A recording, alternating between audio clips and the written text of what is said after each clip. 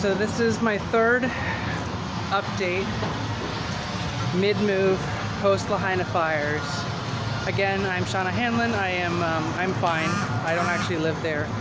My family does, though. It's been a really difficult time trying to get anybody on that side of the island aid. They've been basically locking the place down, and it's very, very sketchy sounding over there. But something I want to talk about real quick is the fact that here in the beautiful, usually cold Pacific Northwest, it is over 100 degrees. I think it's going to be 105 today. There's this disgusting haze, and we were basically, when we moved here, it was to avoid a lot of the heat, and it's not even like that anymore. In the near future, it's going to be like this probably more often based on what we're seeing. And so the scariest thing right now is the fact that it's incredibly hot. These northern places are not equipped on an infrastructure level or on an interpersonal level to deal with this heat. And so when it gets above 100 degrees here, things start really shutting down. And this is like, in a, civil way. People are, just not able to come to work, which is totally valid. You gotta take care of yourself. It's so hot out here.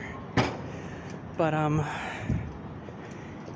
you need to keep cool. But the infrastructure, the buildings, a lot of these buildings don't have air conditioning. They don't have the right kind of insulation to keep heat out.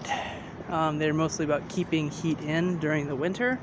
So as we move more and more toward the fiery future world we seem to be moving towards, it's going to be a lot more difficult for people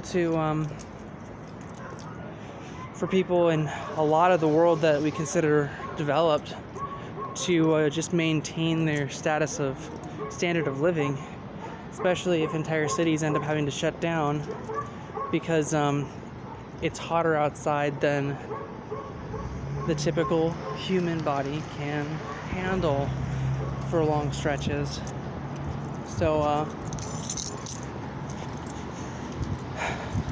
just a couple thoughts, something we have to really consider and think about, that air conditioning is really a survival, a necessary, and a need of people in so much more of the world now, for so much more of the year. And so yeah, what are your thoughts on that? I'm just so overheated and feel disgusting.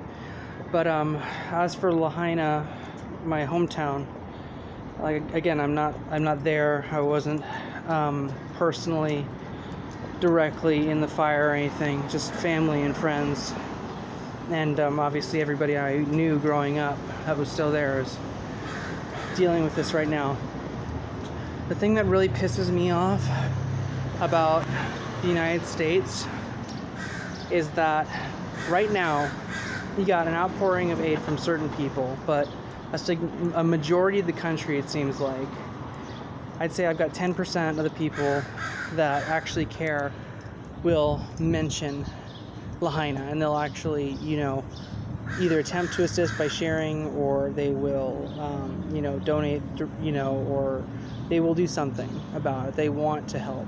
And the rest of y'all, it seems like anyone that's in the United States is trying to avoid thinking about the fact that this week an entire U.S. city was wiped off the map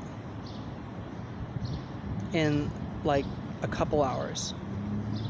A real important U.S. city. Not to say no, all cities aren't important, but think about that.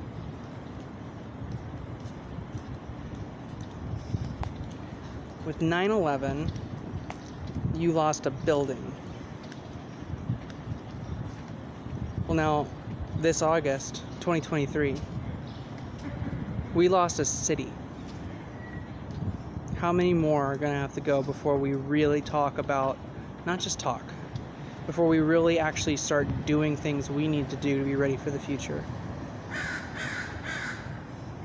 This is Shauna Hanlon, Sea Forge Artifacts, Queen of Swords. Talk to y'all later. Keep cool.